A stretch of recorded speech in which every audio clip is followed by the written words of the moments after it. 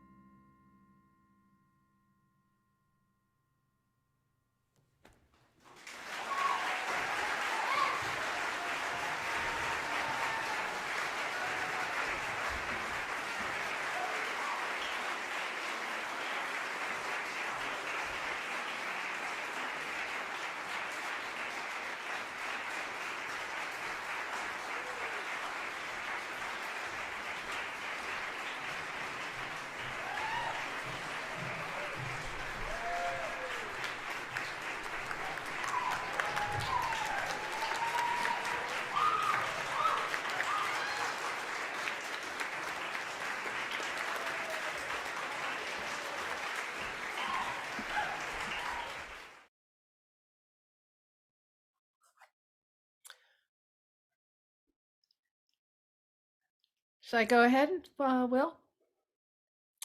Well, thank you everyone for attending our National Women's Day event tonight. As you could see, the theme is Embrace Equity. What I would like to do is perhaps introduce the panelists. I'll do two. We have four wonderful women here, and introduce them maybe two at a time, and maybe get their take on maybe the first question, so they can each actually answer the question, and then I can ask the other two lovely women so we don't get them all confused.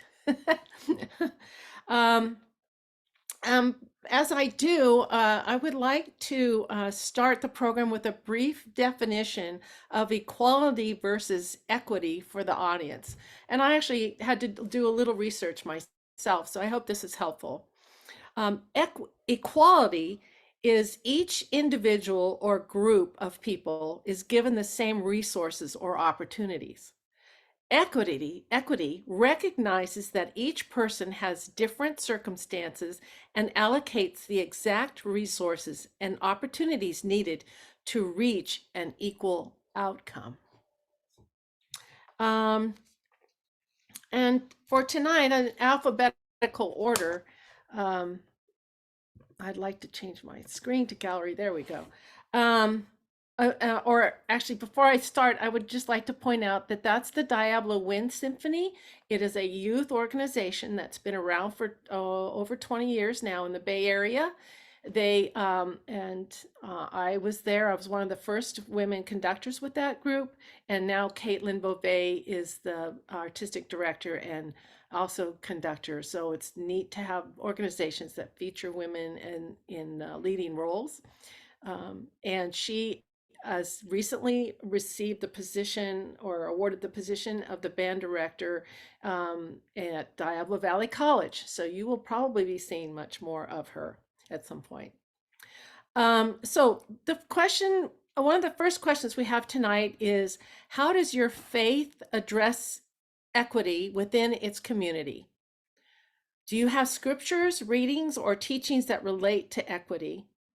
Can you give specific examples, or do you have programs in your faith community you would like to share?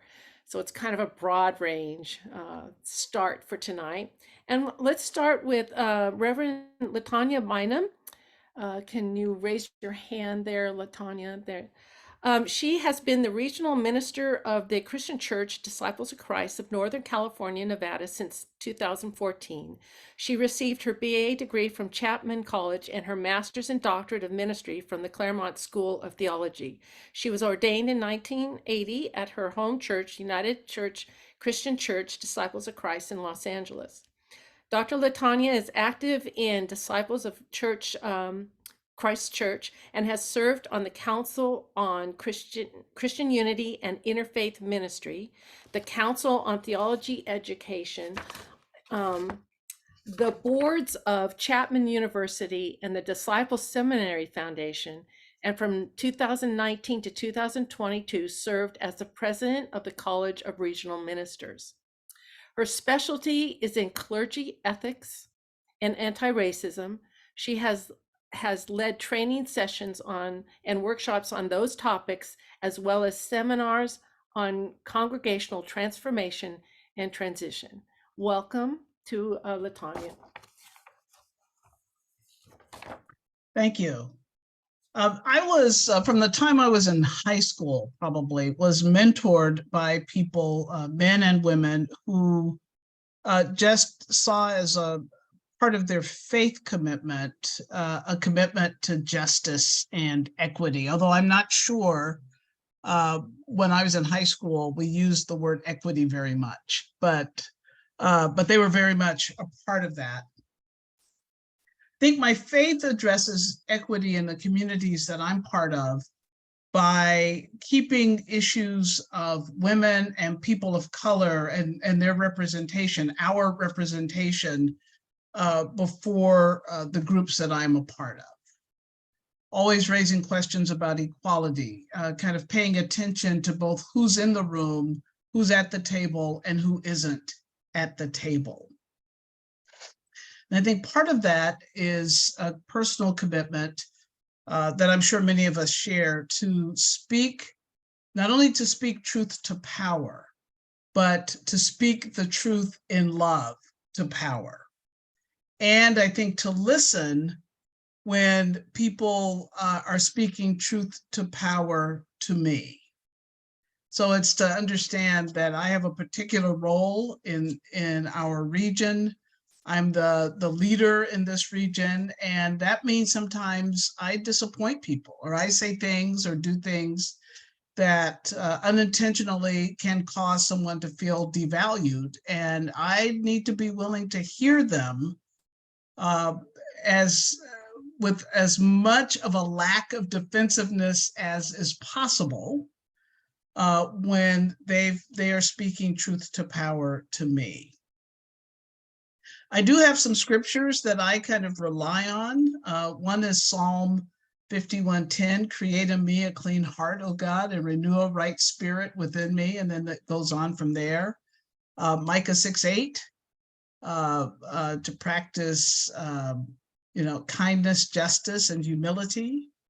Matthew 23:23, which people may not be as familiar with. And so it's one of the kind of woe to you, scribes and Pharisees passages, but then goes on to say, you tithe mint, dill, and cumin, and have neglected the weightier matters of the law, justice, mercy, and faith. It is these you ought to have practiced without neglecting the others, which just says there's lots of things that are important that people of faith need to be doing, but as we're doing those things, let's remember that justice, mercy, and faith are also important. And then a couple summers ago, I read, I think 2021, read Heather McGee's book, The Sum of Us, What Racism Costs Everyone and How We Can Prosper Together. And I think it's one of the most important books I've read in recent years, and continue to just recommend that highly to whoever I can. Great. It's well said. Our next panelist is Naomi Ehrlich. Raise your hand, Naomi there. She's a native of New Jersey. She grew up in Marin County and graduated from San Francisco State University, where she met her husband, Scott. Currently, she lives in Danville and has 3 sons and a new daughter-in-law. She has been a member of Beth Chaim congregation for the past 20 years and the director of social action for the past 12. Naomi has been involved in social work her entire adult life with a passion for helping those less fortunate. She has especially enjoyed the support she has received from the Beth Chaim community for the various social action projects throughout the years, and she is enjoying her new position as a member of the Interfaith Council of Contra Costa County. Naomi, what would you like to say? Am I on? You can hear me? Uh-huh. Oh, good. So I have to say, when Will called me, I told Will I wasn't religious enough to do this tonight, but I think my religion, well, I wrote a lot of stuff down. So I'm speaking, from, in Judaism, there's different Reform and Conservative and Orthodox.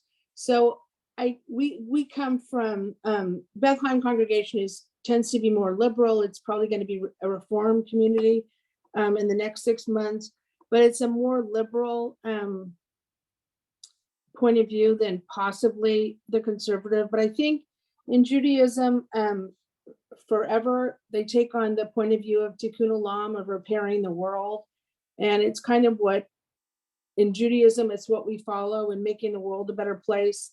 And so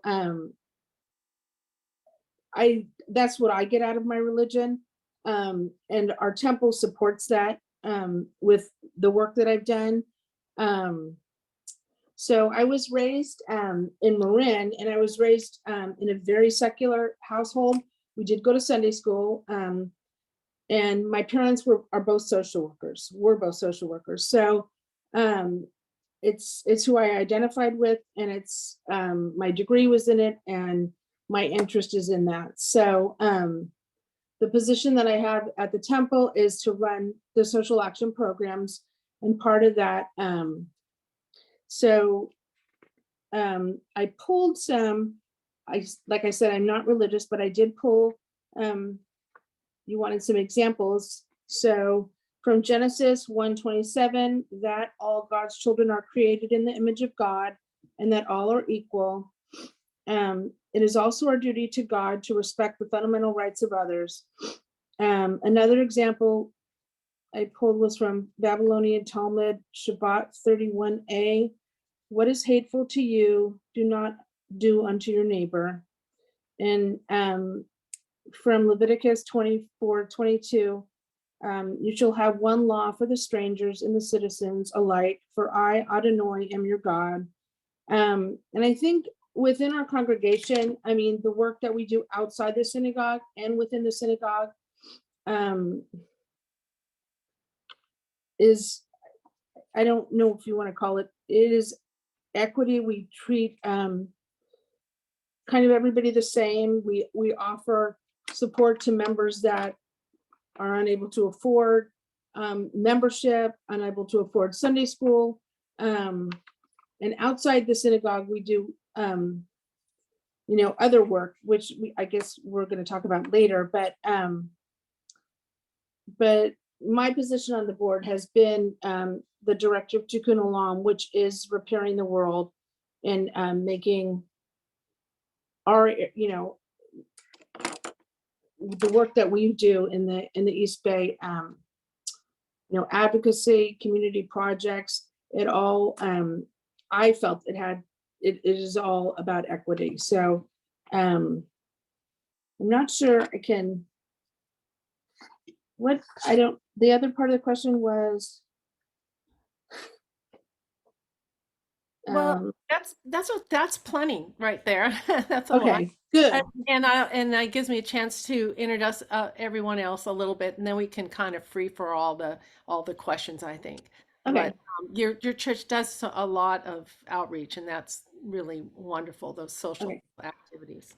The next person is Cynthia Price Peters, and she's the author of When the Moon is Dark, You Can See the Stars. That was published in 2009. She was born and raised a Roman Catholic, but when her tolerance for the treatment of women in the church. Excuse me, Diane. Yes. No, I'm not this person that you're speaking of.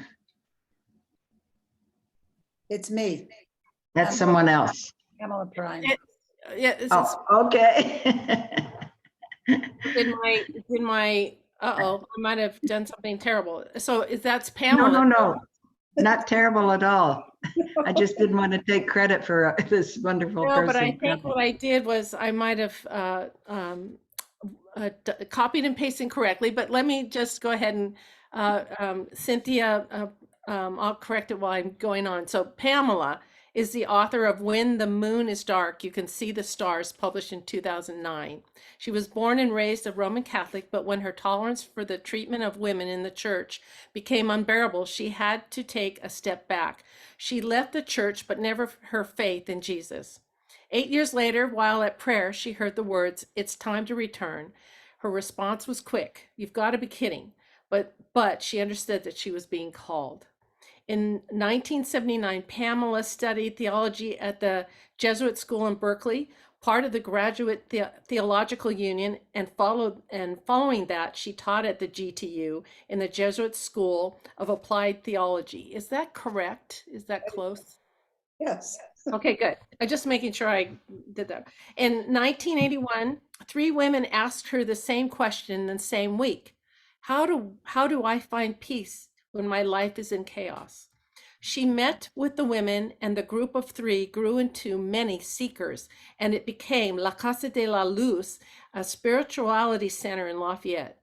It was there that she began the spirituality and spiritual direction training program, which continued for about 10 years, and she has since created a similar program at the Stockton Diocese. She has been guiding people in their spiritual direction for 42 years. She's married to a great guy and has 5 children and 7 grandchildren. Cynthia, I'm sorry, Pamela, go ahead. So what is this question, please? Just your, how does your faith address equality within the community? You can use scriptures if you like, or teachings that relate to equity. Can you give specific examples, or do you have programs in your faith community you would like to share? Well, thank you.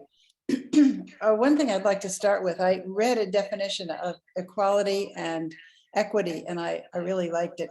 Equality is everybody gets a pair of shoes, and equity is everybody gets a pair of shoes that fits. I just thought that was pretty creative. Anyway, and simple.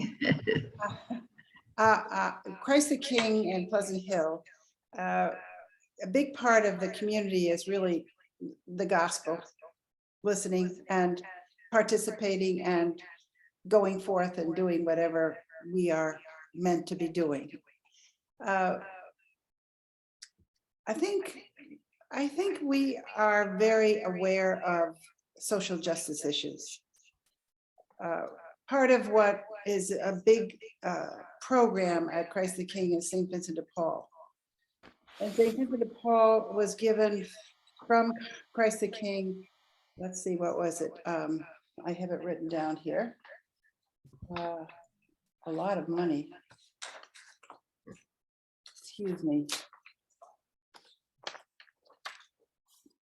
22,000, they had 22,000 visits and $80,000 given to families so that they could pay for their rent during COVID especially.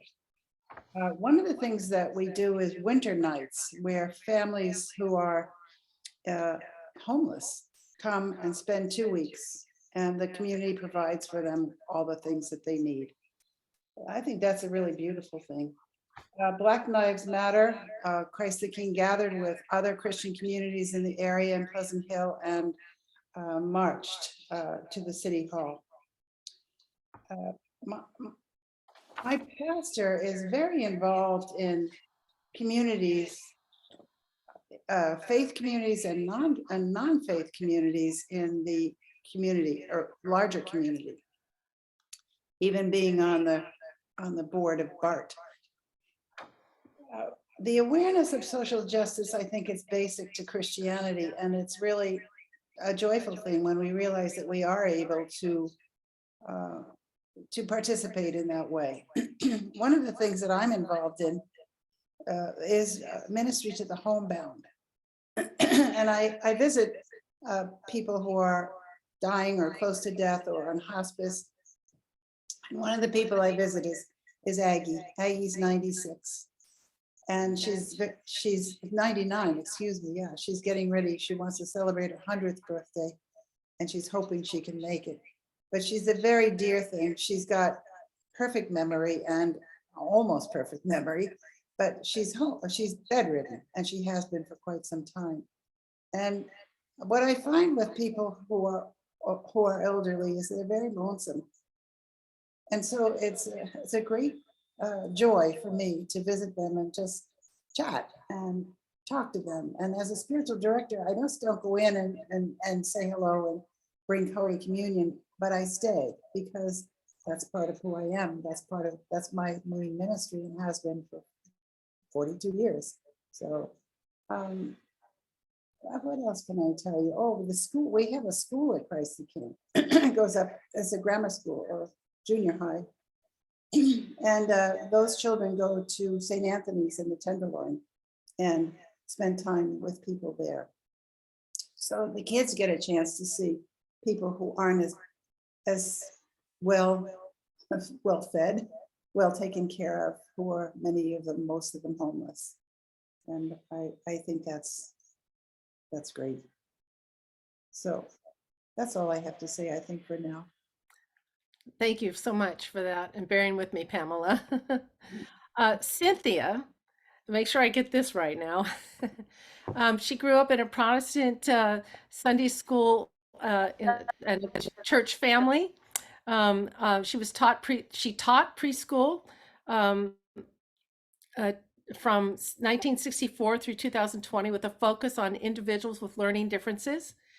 In 1990, she was introduced to the Christian Science Monitor by a man who later became her husband. She appreciated the Christian Science approach to sharing news of the United States and the world. In 1998, she began visiting the local Christian Science church and liked the immediate application of scriptural readings.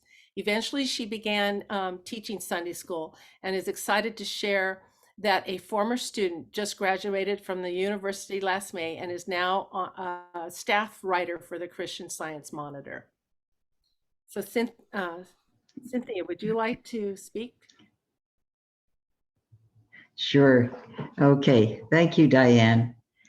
And so one thing that it just seems like what I had written down to say is so much like what LaTaunya and Naomi have already shared, but I will go ahead and anyway, it was really fun to hear, other people talking, the same way that with the notes that I had written down. But for those of you not familiar with Christian Science, I'll tell you one thing that really surprised me when I first visited was the fact that there wasn't a sermon.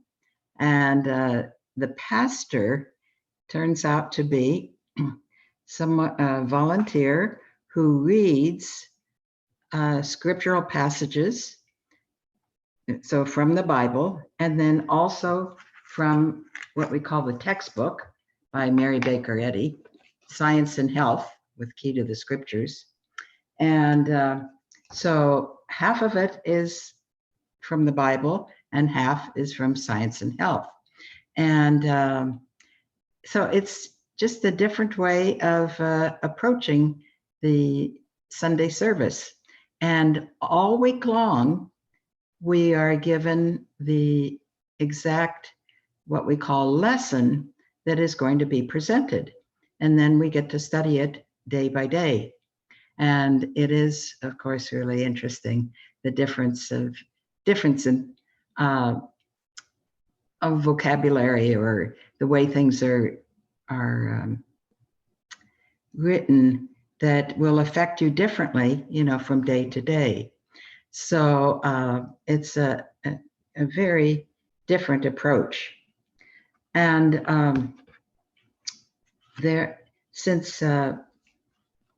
I need to mention too, that this religion was founded by a woman, Mary Baker Eddy. And so she was born in 1821. And she, at that point, women could not even own land. So this was something that she ended up a little beyond 1866, really creating this church that is international. So it's pretty amazing, that she was able to create this. And if you ever get to Boston, try to make sure that you go and visit the Christian Science Church. It's called the Mother Church there, because that's the first building of this religion. And everything is really geared to God and God's ability to help us. So there isn't a lot of, in fact, there isn't really any mention of male versus female. In fact, God is talked about as Mother, Father, God. And so it's I find it very special. Thank you for that. Thank really unique in that comparison with is my upbringing. That's fantastic. And for our listed was Kate Long Newkirk, but she's unable to make it tonight. So these are our finalists, panelists. And the fourth person here is, or fifth is from Reverend Marie Wilson. Can you raise your hand and unmute and get ready? She is a Bay Area native and pastor at Concord Methodist Church. She received her master's degree in divinity from the Pacific School of Religion in Berkeley. She holds a bachelor's of science degree in organizational management, graduate certificate in spirituality and social change, and training license in cultural competency in health and human services, and serves on the Conference Committee on African American Black Ministries for the California and Nevada Conference of the United Methodist Church, Western Jurisdiction Coordinator for Black Methodists for the Church Renewal, and she is also an instructor and collaborator with the Changemaker Initiative. She enjoys nature walks, listening to music, movies, and cooking. When time permits, she enjoys traveling. She is a proud parent of one son, Neil, who is a college student majoring in music. Thank you. I'm excited to be here, but sad that I have to go after all of these lovely sisters have spoken so well about their faith and hearing about all of their awesomeness. So I'm grateful to be here. I think that my faith, so I'll talk really quickly about two things, how my personal faith addresses equity, and then I'm thinking of my faith community, you know, my church, Concord United Methodist Church, how it addresses equity. I forget who said it, but we are in the throes of winter nights right now. So that is a wonderful program. And I spent time yesterday with our guests, and it was just a wonderful experience to be with folks and to help to meet their needs in that way. Also, I think I want to lift up our women's group that is actually not just a local church group, but also a national group and around the world, United Women in Faith. You might have heard of it as United Methodist Women, and in being on the cutting edge of change, the name was changed to United Women in Faith, because you don't have to be United Methodist to be a part of this group. But growing up in my church, United Methodist Church, I saw lots of women in the United Women in Faith, then United Methodist Women, who were really, really serious about being the hands and feet of Christ. So all of the programs and projects just spoke to that, social justice and intentional equity amongst different groups. So women and children was the focus, but also there were food programs. There were, food programs to help clothe people. We had lots of different events. And then on the executive and national level, United Women in Faith have been changing the world. And so that's how, my faith community addresses equity. I could go on and on and on about that. Very intentional about meeting the needs, specific needs of people who look like me and who don't look like me and who sound like me and who don't, really inclusive. I think my personal faith, if I had a scripture, I have lots of them, but in thinking about equity, you may have heard of it, 1 Corinthians chapter 13. That's the love is patient, love is kind. Many people have used it for their wedding vows, right? Particularly for the verses, love is patient, love is kind. It does not envy, it does not boast, it is not proud, it does not dishonor others, it is not self-seeking. It is not easily angered, it keeps no record of wrongs. Love does not delight in evil, but rejoices with truth. It always protects, always trusts, always hopes, always perseveres. At the end of that long scripture, that long book, love is patient, love is kind, and now these three remain: faith, hope, and love, but the greatest of these is love. Every Sunday when I dismiss our congregation.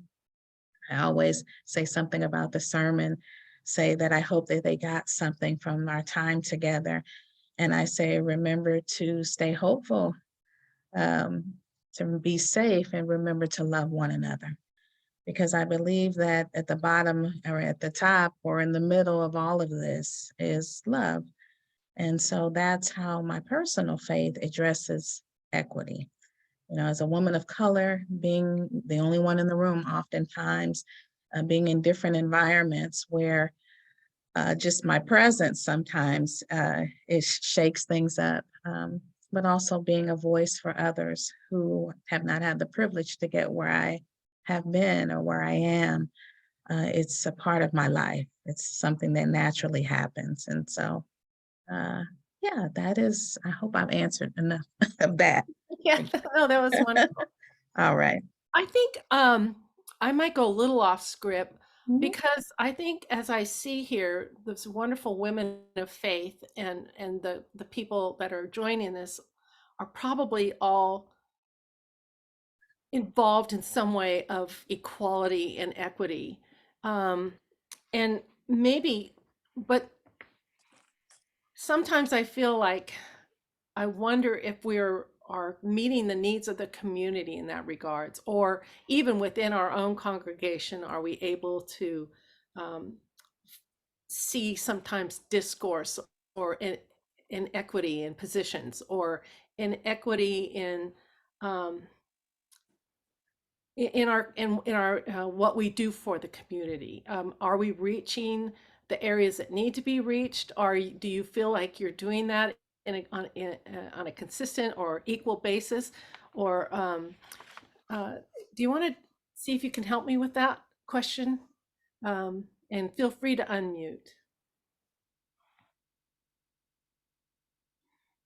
I can say something about that as a Catholic. Okay, Pamela? I think in terms of women, the Catholic Church is really shortchanging women in a very big way. And I don't even think shortchanging is the right word. I'm speaking for myself. The church is very diverse. And so the only thing I can do is speak for myself as one Catholic woman. The fact that we can't become priests or be in the hierarchical positions of the church, to me, is way behind time. I mean, 2,000 years behind time. I think Jesus would have had us as popes, but that's certainly got changed very quickly and continues to be changed. So sometimes I look at the gatherings of the bishops and the cardinals, and I can hardly look at them, because it's just a gathering of old men. And I pray for change. As I said in the opening that you read, I left the church because it became too difficult for me as a woman. I've never wanted to be a priest. Ordination was never on my docket. But I have sisters who would love to have been priests, many of whom who have left and become Episcopal priests or Presbyterian or some kind of another church, which I think is wonderful if that's your call and you need to fill it. No, that's great. I think that's an example of what I'm talking about. I mean, a lot of us have congregations that are the same race, for example. How do you see the integration in working with the equity here, or do you see anything else that that could be brought up? Well, yeah, Naomi, go ahead. You know, I had concerns. We do winter night shelter, and we do it with St. Timothy's, and we take a week and they take a week. And we had a volunteer one night. He was actually from St. Timothy's on Beth Heim's week, but we were talking and we were talking about the youth in churches and in synagogues, and I have kids that are getting married, and hopefully I'm going to have grandkids eventually. And his concern, he even said, was our youth. Are we making room for are the youth going to want to go to churches and temples? And he had huge concerns at St. Timothy's. He says, because the congregations are getting older, and are we making room for our youth, that our youth going to be going to churches and synagogues in 10 years, you know, and That's a it's the- valid, I mean, I think that is so important. I think we're Yeah. all looking at that, no matter what religion, we're all looking at that. And is it a reflection of the community? Like um, in that beginning program, did you see the diversity in the group? That was beautiful. And that's what music looks like oftentimes, is the group shows a diversity. It still needs work. It still needs work. I'm not saying that it doesn't need work, but it's a beautiful thing. So I mean, we need programs that are now. I mean, the good thing is all of my social action. I have no problem getting volunteers from our synagogue to do. They don't like to do a lot, but they'll do the social action stuff. They'll do the equity stuff. They love to do a winter night shelter. They come every year. I mean, so that's a positive thing. But you know, for young people, are they gonna, you know, are we gonna make space for them? Mhm. Yeah. Great that Well, we are doing this. a Yeah, neighbor, Cynthia, go ahead. yes, a neighbor the other day was saying, as she was driving home from church, she would pass these different sports fields, and they, of course, were filled with kids, you know, that we would hope would be in Sunday school, but they were all playing sports at that time of day. And then the other thing is, there was a notice just this last week about a program that is just getting started on Sundays from 9 to 11 in the morning to bring people up to date on what's going on the city council. And they'll take you on a little walk around town and go through some history and so forth. But why did they choose that time? 9 to 11 on Sunday mornings. They're going to be doing this. So Yeah, that could be a problem. Marie, Yeah. do you want to address that? Yeah. Not necessarily that, good point. But it was touched on or brought up for a second about, you know, I guess the vein I wanted to go down was maybe about race, about how are our churches addressing, you know, equity and inclusion, specifically around race.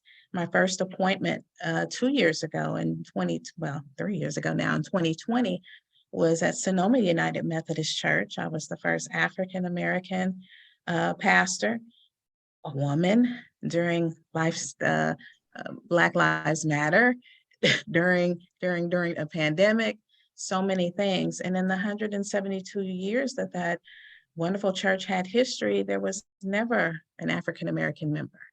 The town was not, you know. So I say all of that to say is, I think that, well, as you can imagine, it was challenging being the first. And while United Methodists, you know, our founder, John Wesley, was a strict, you know, an abolitionist and all those things, there's still a lot of work that needs to happen around race in our churches. And I would say that it's no one's fault that Sonoma's it's a city, but I called it a very small town. And the racial makeup is the racial makeup. But the reality is that our churches, I'm speaking of the United Methodist Church, and I'm sure other denominations, if we really look at it, that's still a challenge. Our resident bishop is a Latina woman. We have an interim bishop right now who is a white female bishop. I'm an African-American pastor, right? But I was appointed to Concord, which is predominantly a white church. And so I guess I wanted to say that when I heard that jump out, I don't know if I'm saying much, but that while there have been some strides made, we still have a lot of work to do. And again, I would say it's no church's fault that their community is made up of the community that it is.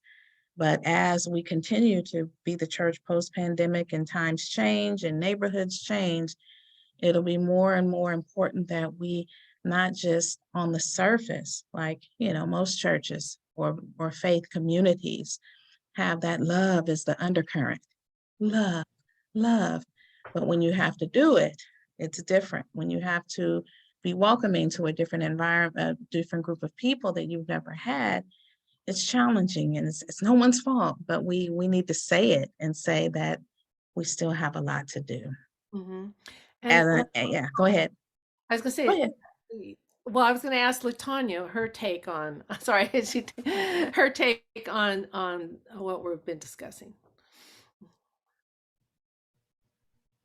Yeah, I have two things. One is I'm in a different church just about every Sunday because of the work that I do. And those are mostly white, mostly small towns, and often the only disciples congregation in that town.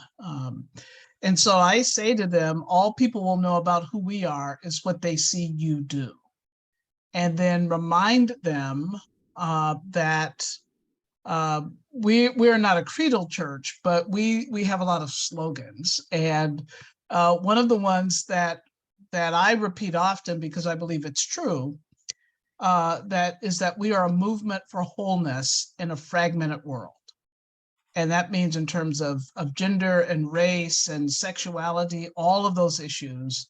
And I believe that, and I believe we want to be that, but I think that also means that we have to own our pieces of the fragmentation, the places where we have fallen short. And I try to remind congregations of that wherever I am. So it doesn't matter the congregation I'm in, I'm always going to say a word about justice. I'm going to say a word about hope. And Marie, I really appreciated whatever version that was of 1 Corinthians 13 that you shared. So thank you for that. And so I think it's just to do the work, to not be afraid, to speak from the heart about justice and about hope. We have had two general ministers in a row who are women. And our current general minister president is an African-American woman who is deeply committed to justice and deeply committed to equity and deeply committed to speaking truth to power. And will say, we speak truth to power, but we're called to speak the truth in love. And her way of saying that is that even if you're in a really fierce argument with somebody, that as Christians, as people of faith, we need to leave our opponents clothed. Don't humiliate them, don't strip them of everything, but leave them clothed. And that just is very meaningful for me. The other thing I want to say is in terms of young people, I think that young people will do church. They're just going to do it differently. They're going to find community. It may not be the time that's so sacred to me. It may not be Sunday morning between 10 o'clock and noon.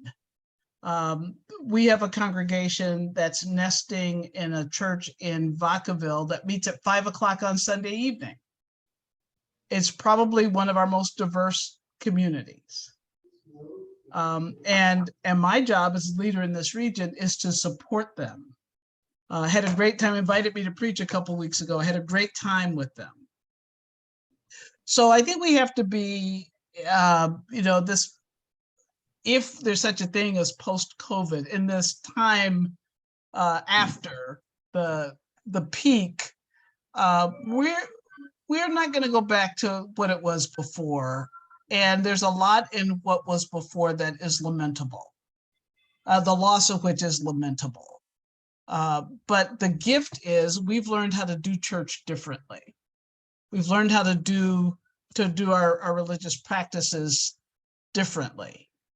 And so, we talk about the community isn't the building, the community is the people. And what do you know, that proved to be true for people who were resilient and just learned to practice their faith on computer screens and to gather when they could and to do the things that were necessary to maintain community differently, but they maintain community. People continue to show up. And I think that's a good thing. So That's great.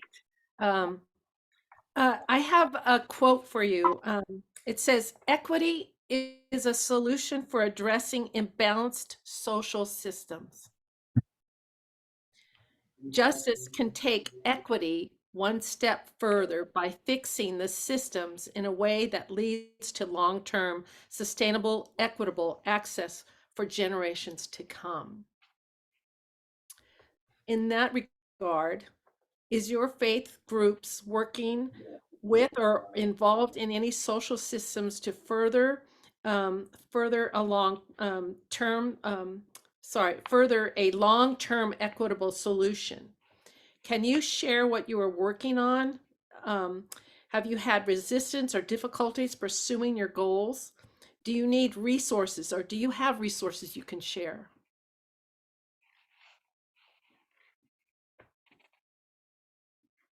You said a lot. I know. It's sort of like, so for example, we feed the shelter, for example, once a Mhm. month.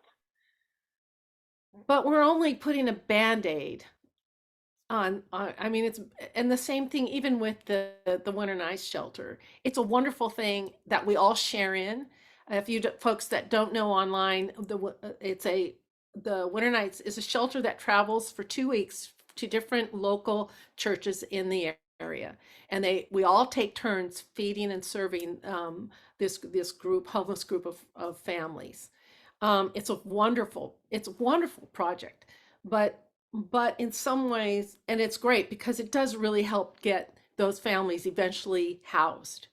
But back to my feeding at the shelter, we're really not solving the fact that they're not getting dinner. They're getting jail food at the shelter in North Concord.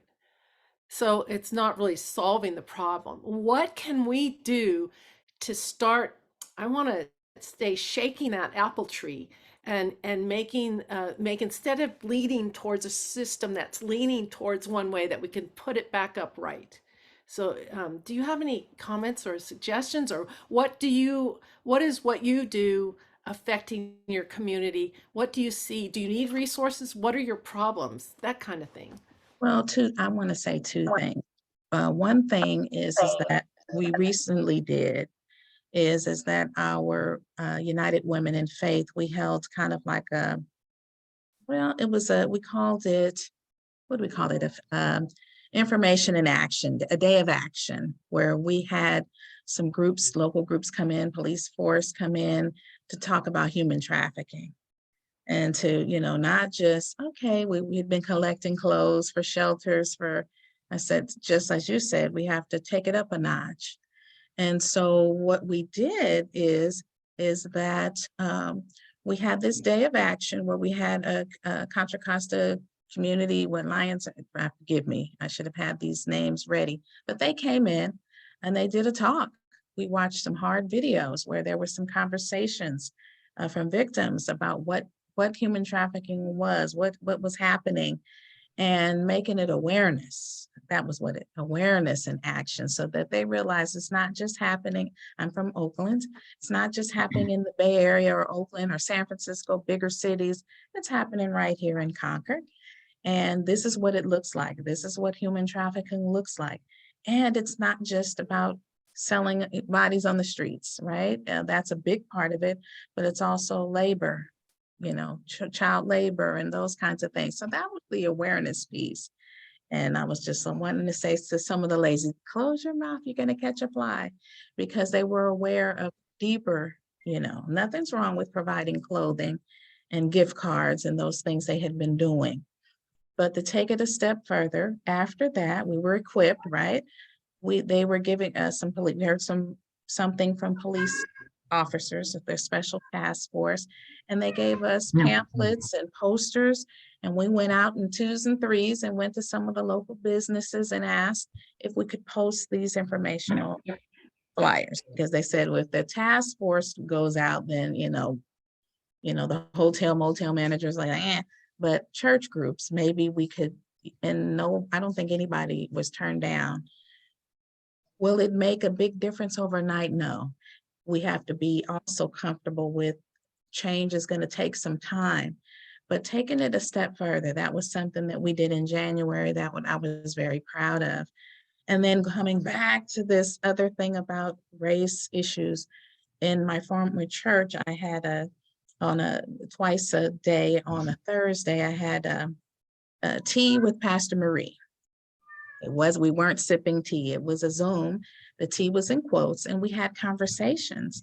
And one of those conversations was around why saying Black Lives Matter was important, how saying all lives matter was kind of like technically not the best thing to say.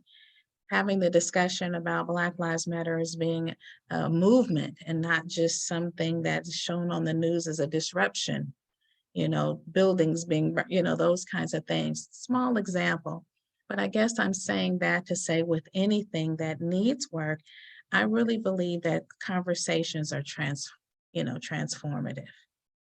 And so I think more conversations need to happen. I'm hoping this happen with my church. I feel like I'm in a good place, that this Concord is a good match for me, but there's still work that needs to be done, right? And I'm the first, right? And so there's no denying that, but let's start having some conversations, and let's do it in a safe space where we can talk about it and, not be embarrassing each other, and then reel in our faith. Because again, every faith represented here even, I'm sure, has something about love at the core of, and the foundation of its practices. So if we could have more conversations, because unbelievably, while there's so much, like I said, Latina bishop and, African-American pastor, who will be ordained in June, yay. All of these things are happening that are wonderful, but still you wouldn't believe some of the things that I've had to face in the millennium, right? Even in a denomination that says we affirm women to be leaders and pastors and teachers and preachers and all of these things. So I hope I stayed on point, but that's it's kind of a two-part thing. I'm encouraging our church. We have lots of ministries, and I call them nice, fluffy. Not that they're not important, not that they're not making a difference, but we need to take it up. And that was the example of the Day of Awareness and Action, and then around we again. Every church would like to think they're welcoming and, all of that. Our church is reconciling, but people are still struggling with all of it. And we're like, well, hold on, let's talk about why. And hopefully together in love, we can have those conversations and get to the point where things are truly, equitable and equal and welcoming. Well, I think you all agree that when we're so connected. I don't understand how people don't see that what happens in Turkey doesn't affect us, or what happens in Ukraine, it doesn't affect us. We are so interconnected. And so when we uplift those in need or uplift our community totally, we uplift ourselves. It's just like a win-win, but there's all this, dichotomy in our society. Pamela, I wanted to ask you, with your expertise, some of the things that you feel that need to be more equitable, maybe working with the senior citizens, or in the healthcare area, or anything like that. I think Christ the King does a good job with that. There are a number of people that go visit and spend time with the people that are homebound. I also wanted to say something about the 4 o'clock mass at Christ the King on Sunday it's just a mass, but it's all the young people come, and they have a fabulous music with musicians and guitar and drum and everything. It's Father Paulson said it's the most well-attended mass that there is. Dave and I went once, and it was just wonderful to see all the young people there. And I think one of the things I think all of our churches do for young people is give them some moral focus, some way to really understand how to be in the world and love one another, as Marie was saying.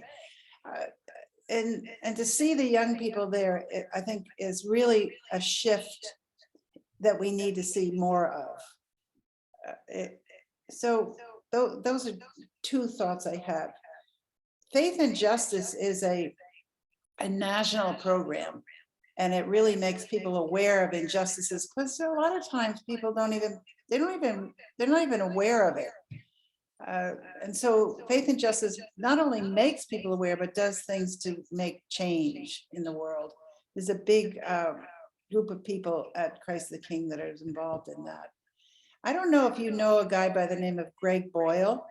He's a Jesuit priest and from Los Angeles. And he has what's called Homeboys. And it's an organization that he started a number of years ago. You can Google him on YouTube, Greg Boyle. He's a Jesuit. And he's incredible. He's one of the most loving people that I have ever come across. He's one of my teachers because of how compassionate he is. So he's got all these gang members that come to Homeboys and they want a job, and he won't give them a job until they go through this program to help them get out of the gangs. So you might want to take a look at that, because I just think that is a transformation that's happening in Los Angeles. Yes, I agree. And I think through the Interfaith Council and through the mentoring program in their iChange program, we actually had an introduction or some videos on the Homeboys, and just shouting out for that interfaith iChange program that we have. Naomi and Cynthia, I'd like to get to you guys. What sparked that you would like to say in this area? Well, I would like to introduce you to a website called Light in Prison. And those three words all go together. And it's a website that is geared to the Christian Science program in the institutions all over the world. And so here in California, we have chaplains and that's of course true everywhere else in the world too. But so the chaplains go into the prisons on a regular basis and teach and let people know that, that Jesus loves them, God loves them, and they have a wonderful future available to them. And the thing is that so many of them have not had any, religious help at all, in their lives.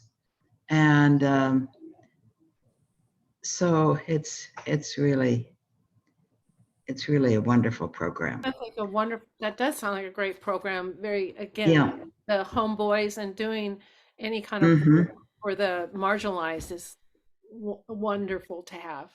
And to have it already, because, what speaks to one person might not speak to another. And so it's good to have the Naomi, did you have some?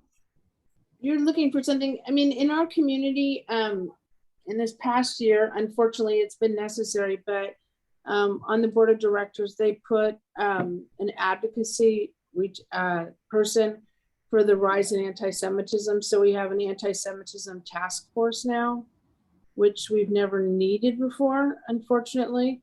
And I'm not sure if that's what you're looking for, but it's something that we need now.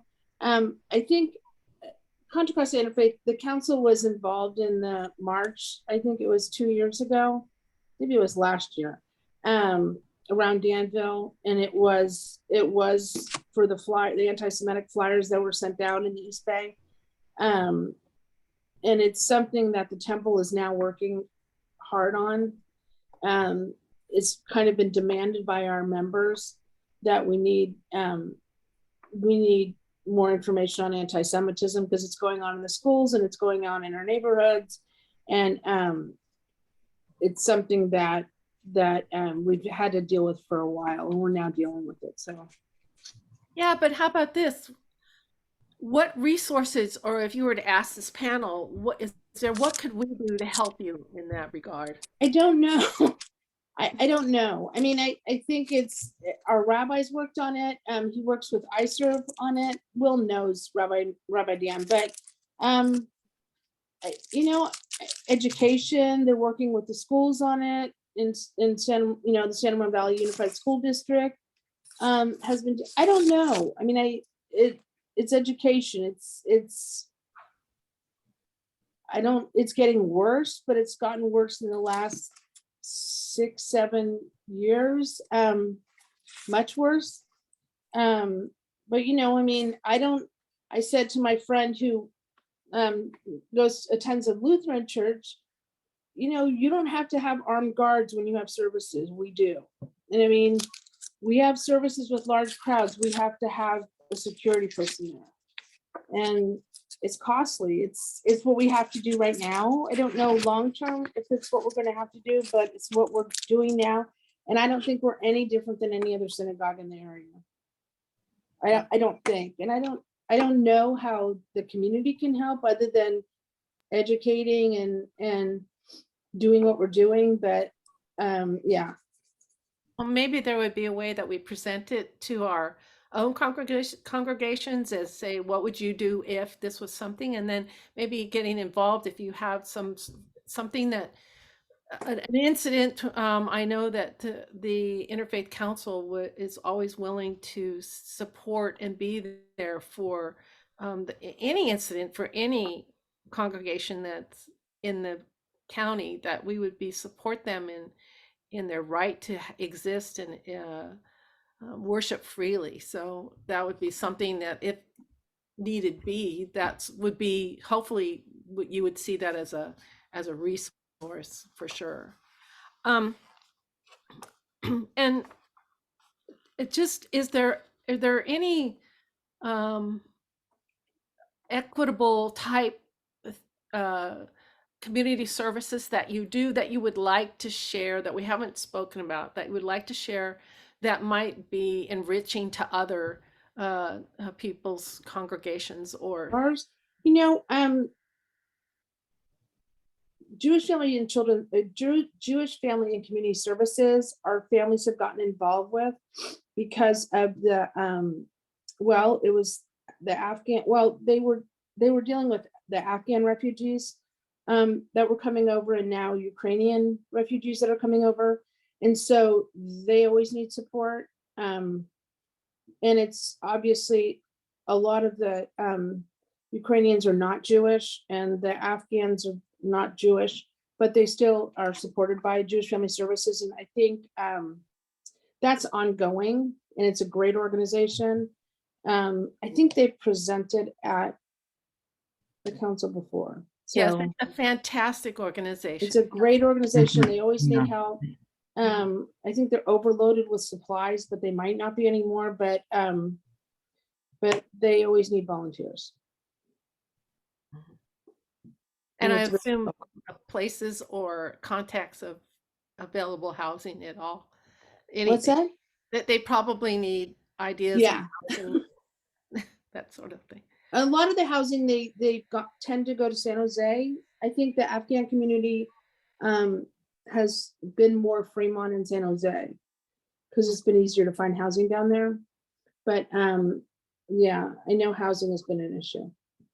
But yeah, but they always need help.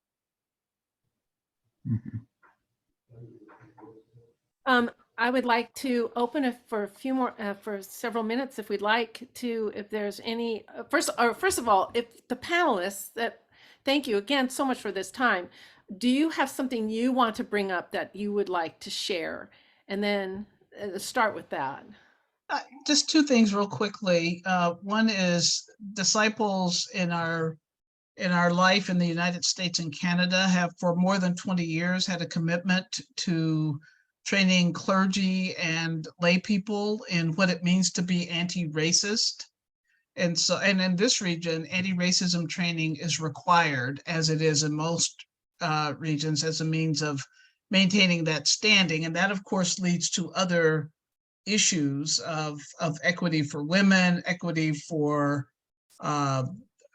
economic equity, and it just opens up all those other issues, even though the emphasis is on anti-racism. And then the other thing that I had written down and didn't say, and again, thank you, Marie, the leaders in a lot of the equity and social justice movement for disciples, as with the United Methodist, has been disciples women who began with another name, Christian Women's Board of Missions.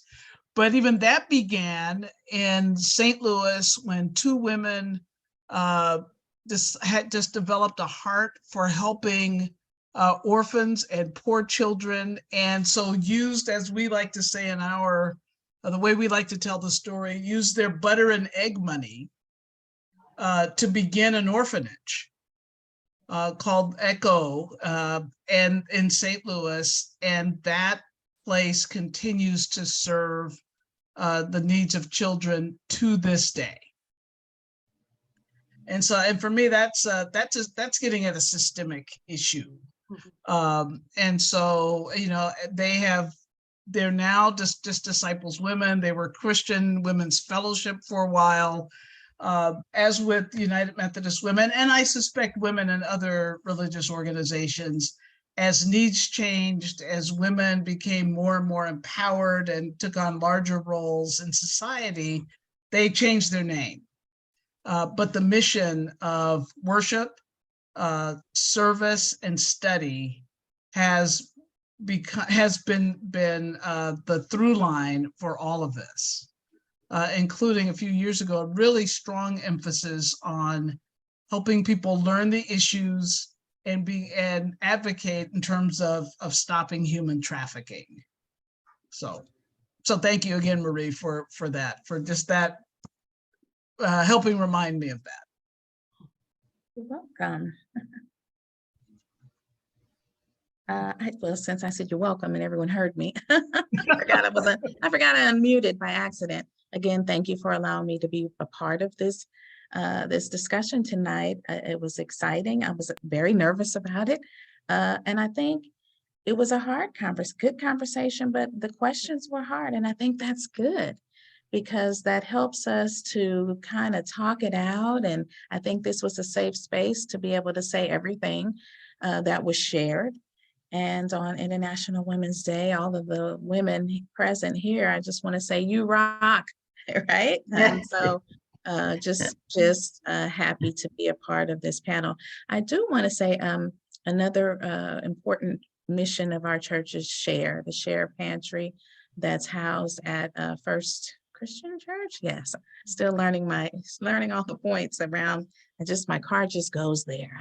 I don't know that, but anyway, now it's really cold, and if you're any of your church groups or faith groups, I should say faith groups, wanting to do something wonderful, when I had volunteered there for a week, I was sad because we ran out of food and people were still coming, and didn't realize the mechanics of that we get a lot of donations from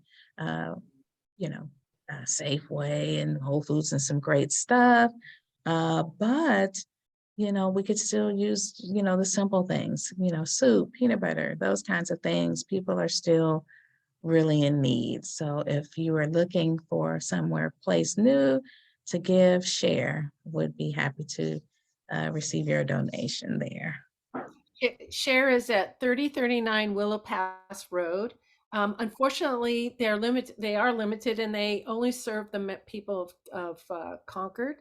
And then there's also a White Pony in Pleasant Hill that it does the county, and that's another wonderful organization. And White Pony actually gives some of their resources to Share.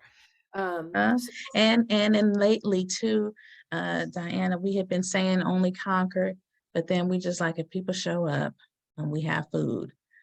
So just because of the really? nature of That's- what's, don't get that out too Yeah. too broad. Yeah. But if people show up and they're not really, our heart is to just give. And it was even okay every couple of weeks, a rotation, but people are running out of food.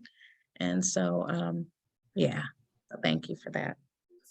If you would like to ask a question of the panelists, would you please maybe put that in the chat? And Reverend Will, maybe you can bring that out if there's something. Cynthia, what about you? What are some of the community projects that your faith does? Well, there's such an emphasis on healing. Mhm. And that is, I would say, that's the real equity area, because we learn to depend on God for healing. And that is available to all of us, so long as we understand that it is. Because, as I was saying a moment ago, a lot of people, and I was talking then about, those in prisons and juvie hall and so forth. A lot of them don't know anything about what is available spiritually for them. And so that's an area that we really need to try to continue to help it with. And so, yeah, because we're getting to perfection that is available to us from God, and supply. God is omnipresent, omniscient, so forth. And let's see, told you about light in prison. And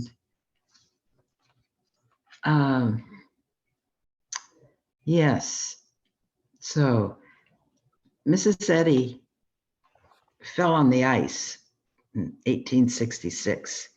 And all the medical people who came to see her said, this is it for you. There's no chance of you recovering from this. Well, she opened her Bible and started studying. She'd always studied the Bible on her own, but she did it specifically for this accident that happened to her. And she was healed. And from there, then developed the writing of Science and Health, and eventually developing, this church that is worldwide. So it's really an exciting,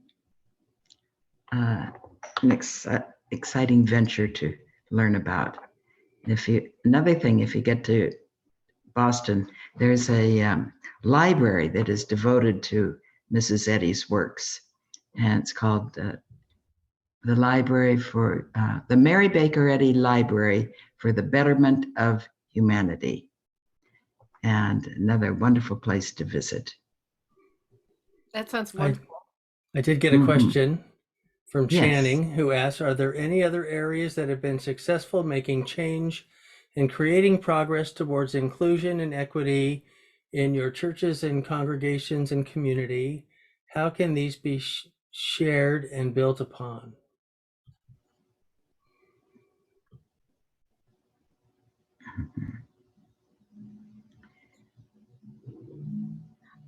I think that if you have some justice type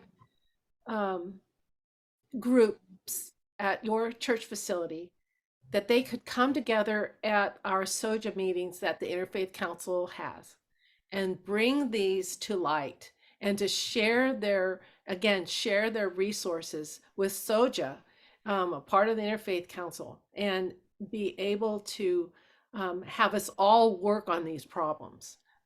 That's why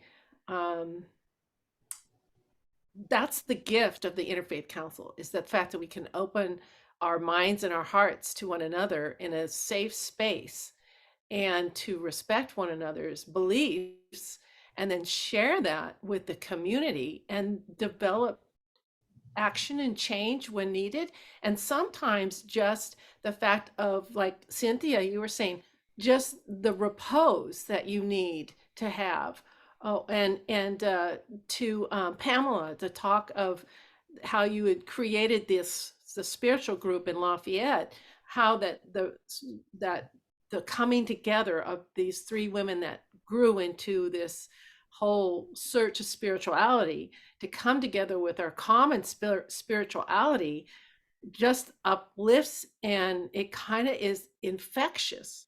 And I can only see that is a growth, and to share the differences only opens personally my eyes to what is out there and what's going on, and the different ways of connecting to God is immense. Mhm. Mhm. And the people that came to La Casa, all women, were people who were of different faith traditions. And there were many people, not many, but quite a few people that came who had no upbringing in any faith, and they felt gypped. They felt they were robbed of something. And I thought that was pretty amazing, you know, for them to come and realize that they were seeking faith. So maybe as women, it's Mhm. the not gypping our children, our grandchildren, and the community's children, That's to let right. them know that there's more than just body and mind. There's the spirit of some sort, and not to gyp the community. Yeah, I never thought of it like that. from that wealth. And maybe it's yes, all of that. And maybe in my case, celebrating the differences, right? I'm the first African American pastor at Concord UMC. And so with that brings its own challenges, but excitement. And I think when I'm out, I know when I'm out in the community and and say where I pastor, or if people visit, of other ethnicities, they're like, oh, so, I think that says something as well. And maybe with that, maybe other conversations can be had as we have shared different events, etc. And, young people like diversity too, right? So maybe it's the beginning. This is the beginning for all of the change that we want to see. Really quickly, my first sermon, I won't preach it, so don't get excited. But the scripture I used was from the book of Isaiah 43:19. It basically says, behold, I'm doing a new thing. Don't you see it? Making a path in the wilderness, etc. Look it up. But what I said is that our best has not already happened. All of our faith traditions and communities, we have people before us who are older than us, who have embraced what was. And I believe if we can embrace the idea of an intergenerational, multicultural kind of faith community, then things will start happening. And so how I ended my sermon is that I said, the best is not behind us, the best is yet to come.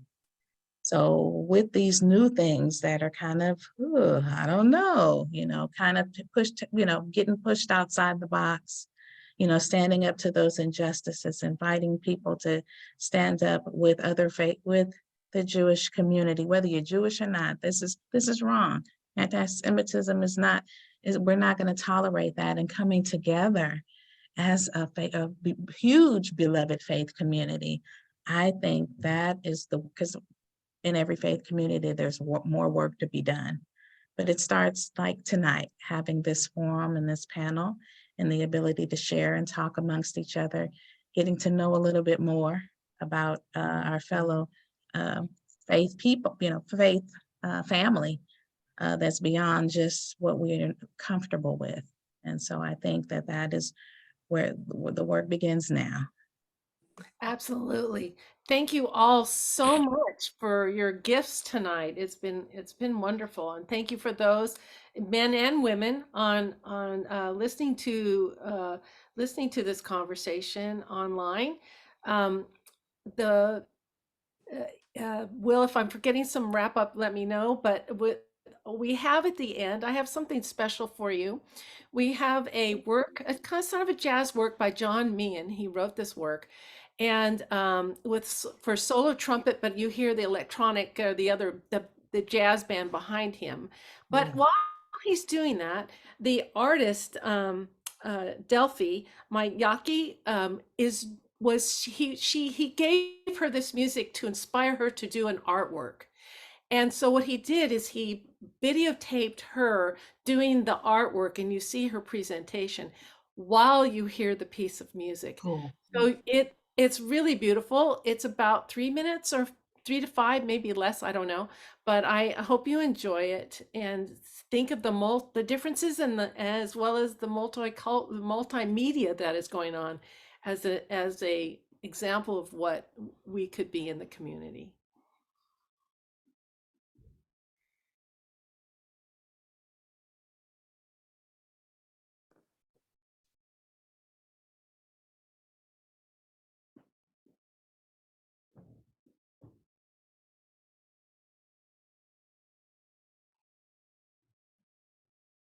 Dave, do you want to see this on the big screen?